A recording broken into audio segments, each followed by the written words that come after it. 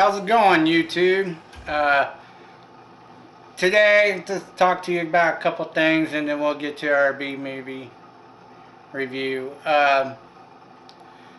First thing is the big news that's going on right now. Apparently, we got this guy from the show Empire on Fox, which is, in my opinion, a really dumb show. Basically,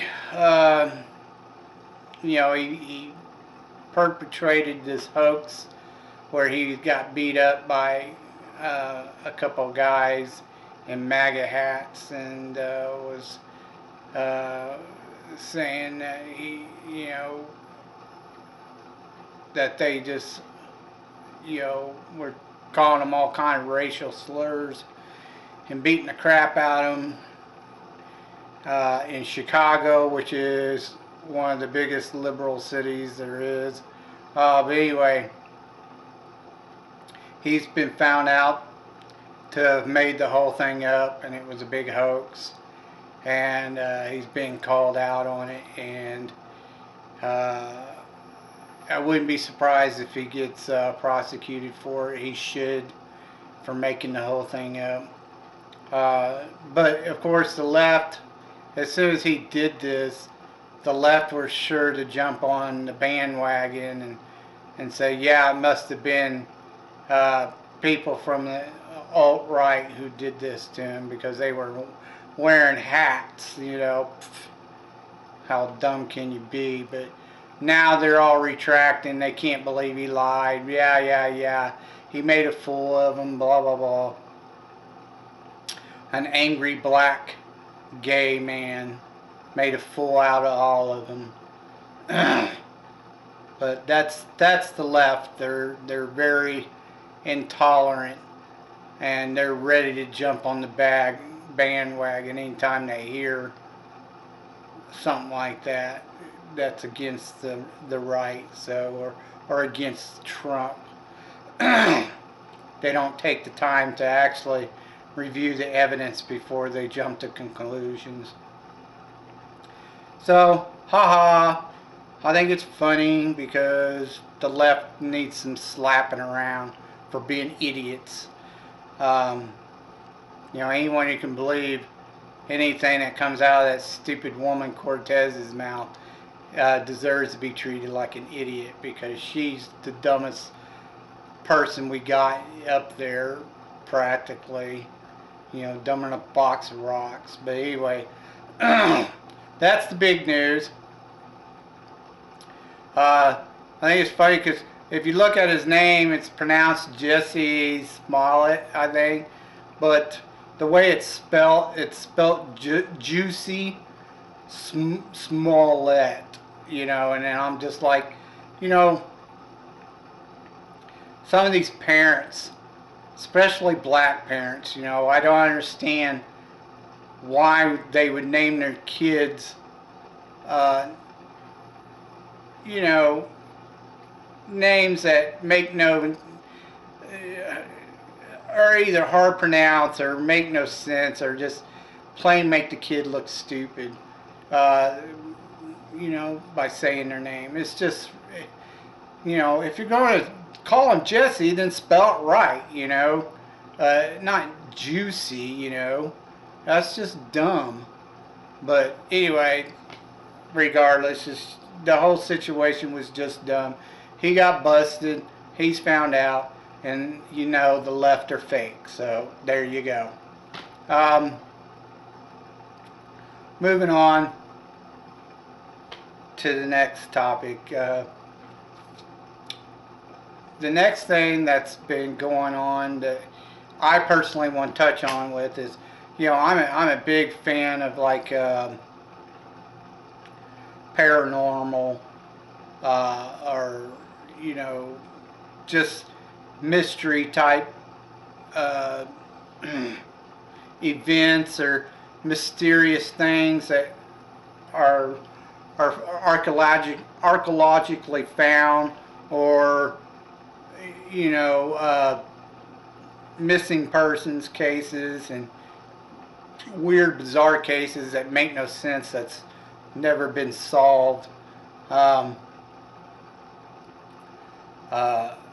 However, I do have a problem with, I'm kind of on the edge of this, you know. I like some of the, you know, when they show they're doing spirit box sessions, and I watch quite a few of those. However, there are some cases where, when it comes to the spirit box, I'm on the fence about it, because it just seems like a lot of the times it's just radio gibberish, and they're literally piecing together a lot of what they believe is an answer. I think they call that pareidolia or pareidolia or whatever, where you know, you see what you want to see or hear what you want to hear. And it seems like that a lot in some of the videos on YouTube. You know, they're just hearing what they want to hear and then putting it on there. Like, they'll put in, you know, subtitles of what they thought they heard or something coming out of the spirit box.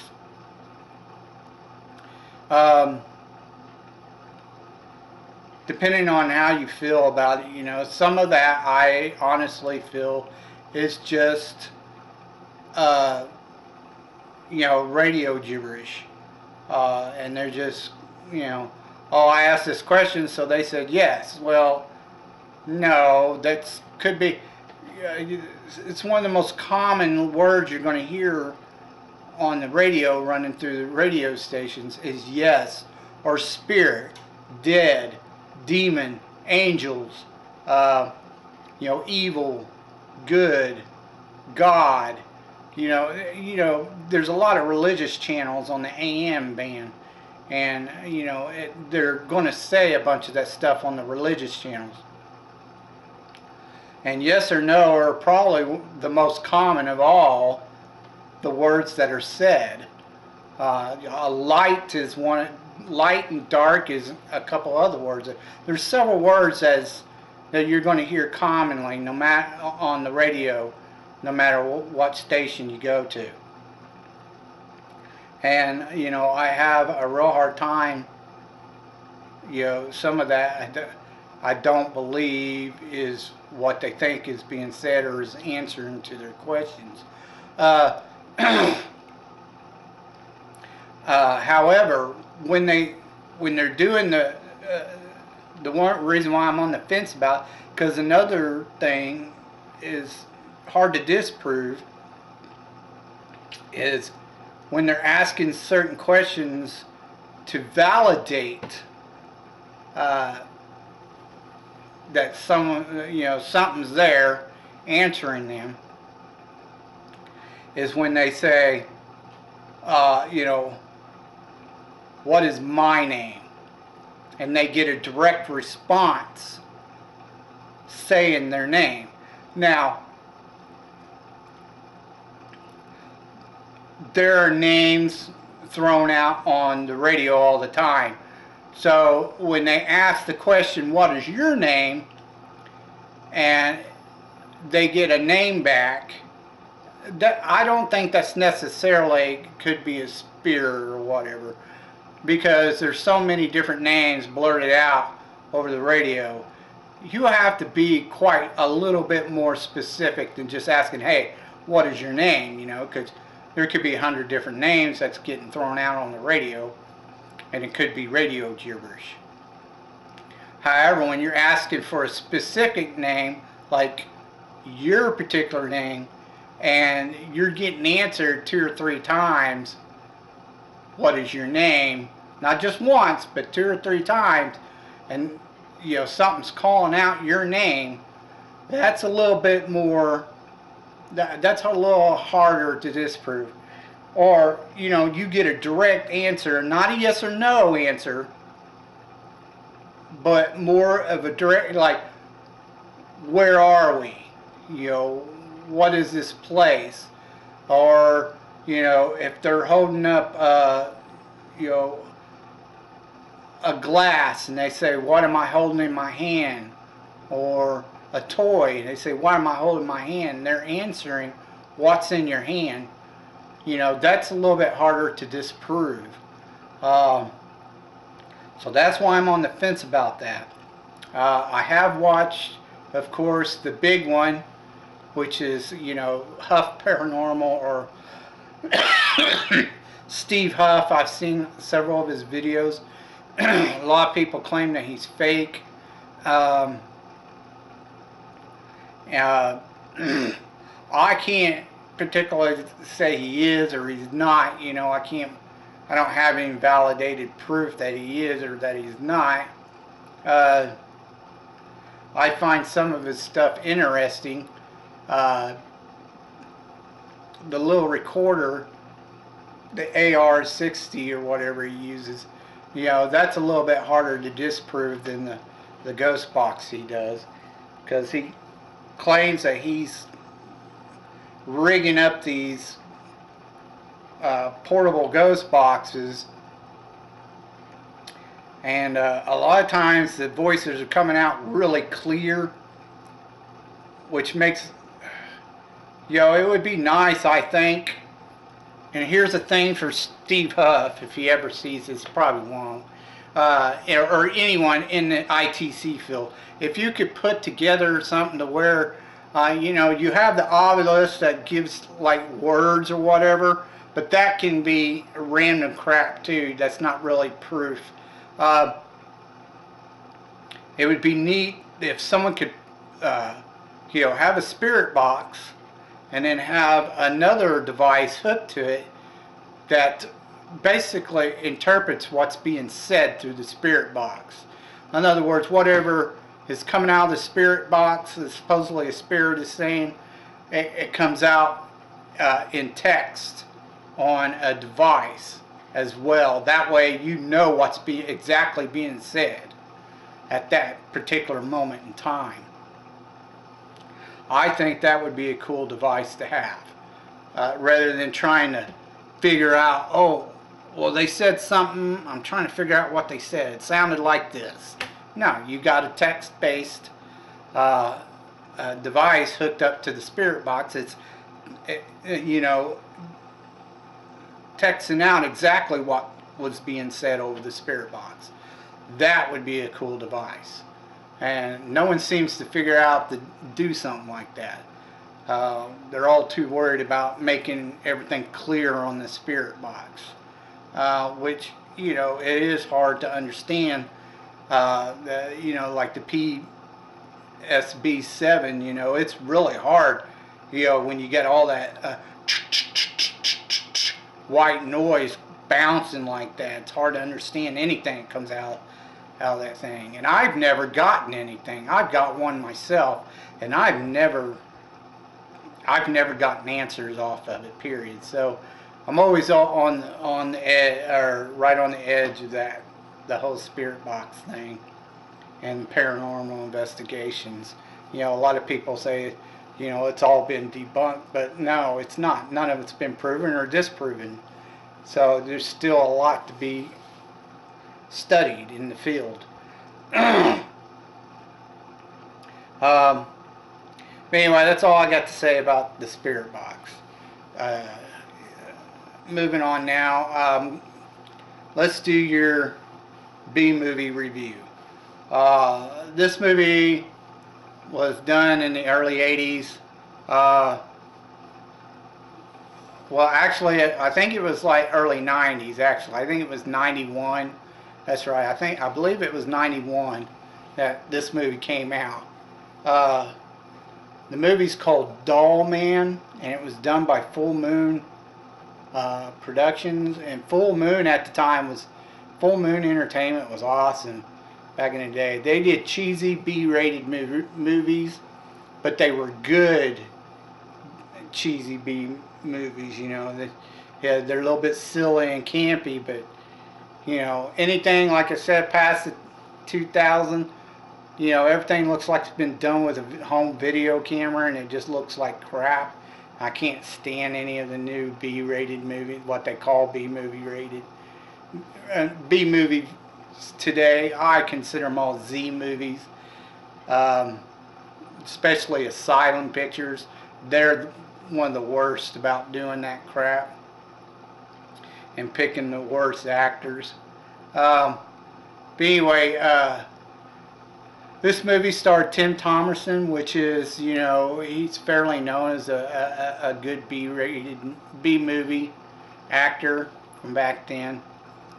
He wasn't the greatest of actors, but he wasn't bad either. And in this movie,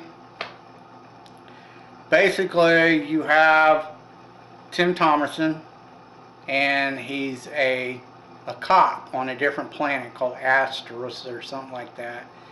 And the very beginning of the movie, you can tell it's going to be silly as hell, because he goes in there and he's calling these women that are being hostage fat women and crap like that. A bunch of big women, he's calling them fat women, and they're all making fat jokes about them and shit. Anyway, he goes in there and he kills the guy holding them hostage. It's like a little laundromat. He's doing his laundry. He goes in there and shoots the dude in the head or something. Anyway, after that, I don't know, he gets into some kind of meeting with a couple goons and another guy that supposedly he's been fighting for a while, trying to get rid of, and now and he's blown every body part of this guy that the guy's had, and now he's just like this, which is ridiculous. He's like this floating head on a saucer, or a machine that looks like a saucer, and he's just floating around on this thing. And this is supposed to be the bad guy. Well, anyway, he shoots one of the henchmen, and another guy he nearly kills. Every time he shoots these people, everything just seems to blow up every time he shoots it. With this special gun he has. The head jumps in his spaceship and takes off, and then Tim jumps in another spaceship and takes off after him, and they end up in some type of warp in space or something. They both crash land on Earth,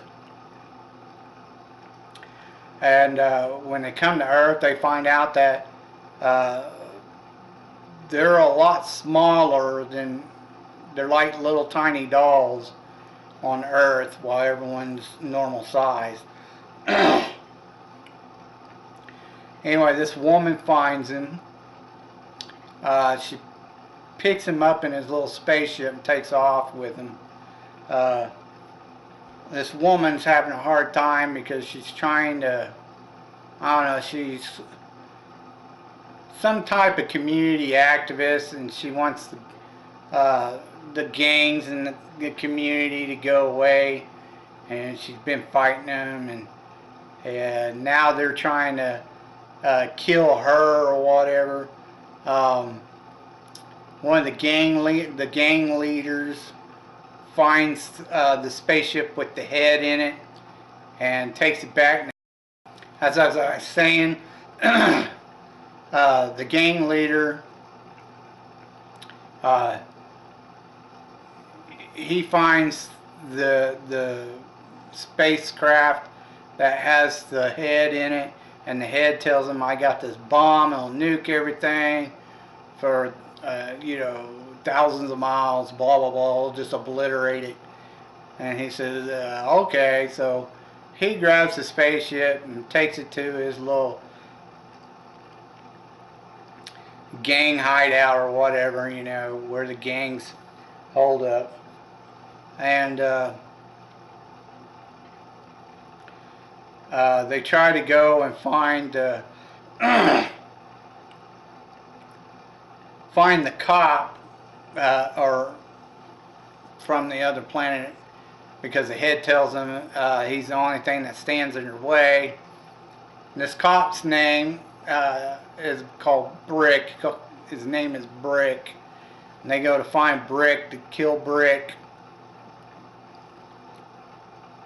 Well, they find out that the woman took Brick to her house, so they go over there to her apartment to kill Brick. All the neighbors keep coming over and trying to look at Brick because he's so tiny. And you know, the gang shows up and tells everybody to leave, and they're looking at Brick, trying to figure out how they're going to kill him or whatever. And Brick starts shooting at them with his gun. He kills a couple of them, blasts holes in them with his. I can't remember what they call the gun, but it's like a neutral photo negative energy zapper thing or whatever, and it blows holes in everything. So a deatomizer or something like that. It's a deatomizer type gun. It just obliterates atoms. Well, basically it just blows everything to pieces is what it does. But anyway, he shoots the gang leader in the side or something. And the gang leader, he grabs the girl and takes off with her.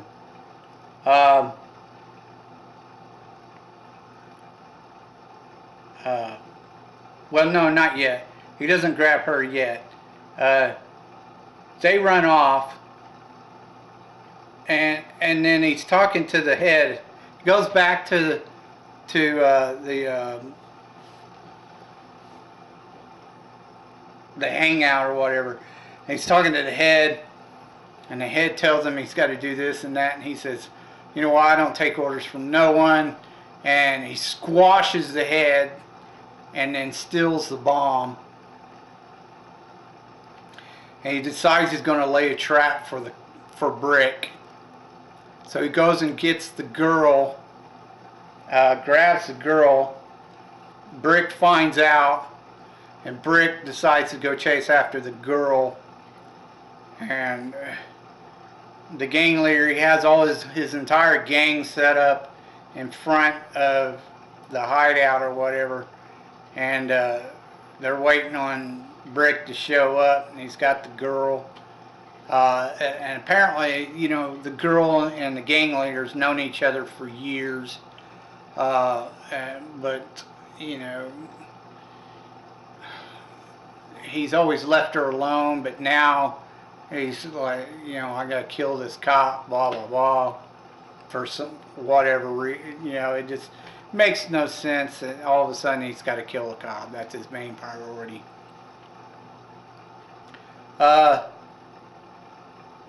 Dollman shows up, hitching a ride.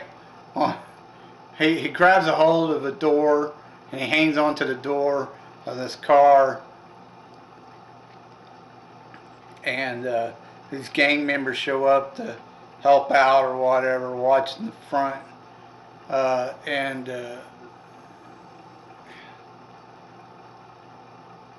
He starts, Dollman, you know, he's hanging on the door, he drops off, and he's running around the place trying to find a good way in, but he gets spotted. He starts shooting everybody, and they're trying to shoot him, but he's so small they can't hit him. And he's shooting gang members left and right, killing them, blowing them up. And they finally get into the hideout, and he shoots one gang member who's like, I guess you would call him like second in command or whatever. He gets shot. Um, and then he shoots the main guy again, and the main guy falls over. And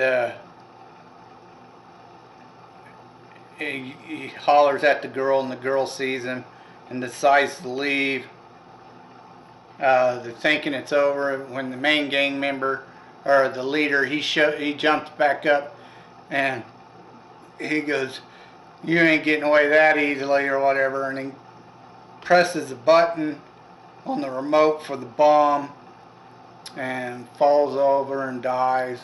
And then they have to run quite a ways. It looks like a abandoned toppling building that they running out of, and the area is just a bunch of buildings that's falling apart. Anyway, they get outside. They don't have to run too far because the bomb is like miniaturized now, so it's not that huge of a bomb. So it basically just covers the building area is what it covers, and they get far enough away it doesn't hurt them, and then that's basically the end of the movie. It wasn't really super long, about an hour and a half maybe, but at some points it seemed longer because it was like they were trying to fill in gaps of the movie to make it stretch it out a little bit. They didn't have a really good story, or plot wise, it wasn't really that great. The special effects were okay, I guess. Like I said, they were a little bit cheesy. You could tell they were special effects. It was okay for a watch. I would. Tim Thomerson has done better B-rated movies. Dollman was okay, but it wasn't really spectacular or anything like that. It was just, something to blow off the time, I guess. So unless you're really into Fullmoon stories, this isn't one I would say definitely go out and see. It wasn't one I would like give a 2 thumbs up to. It was all right for the most part, but it wasn't really anything special. It's just something to kill time. The acting wasn't horrible. It wasn't the greatest, but it wasn't horrible either. So it's you'll be able to stomach it enough to watch the whole movie.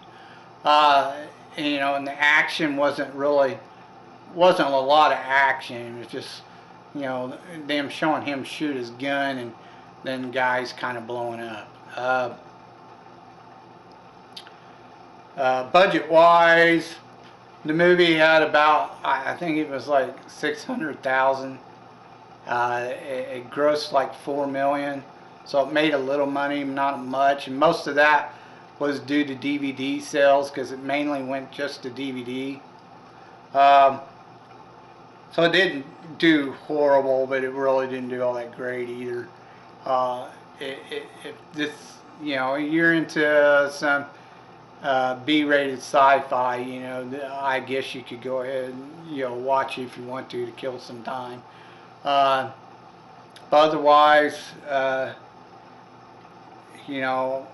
I give it an okay. It wasn't too special, but if you want to watch it, go ahead and watch it. Dollman, it was all right. As before, if you have any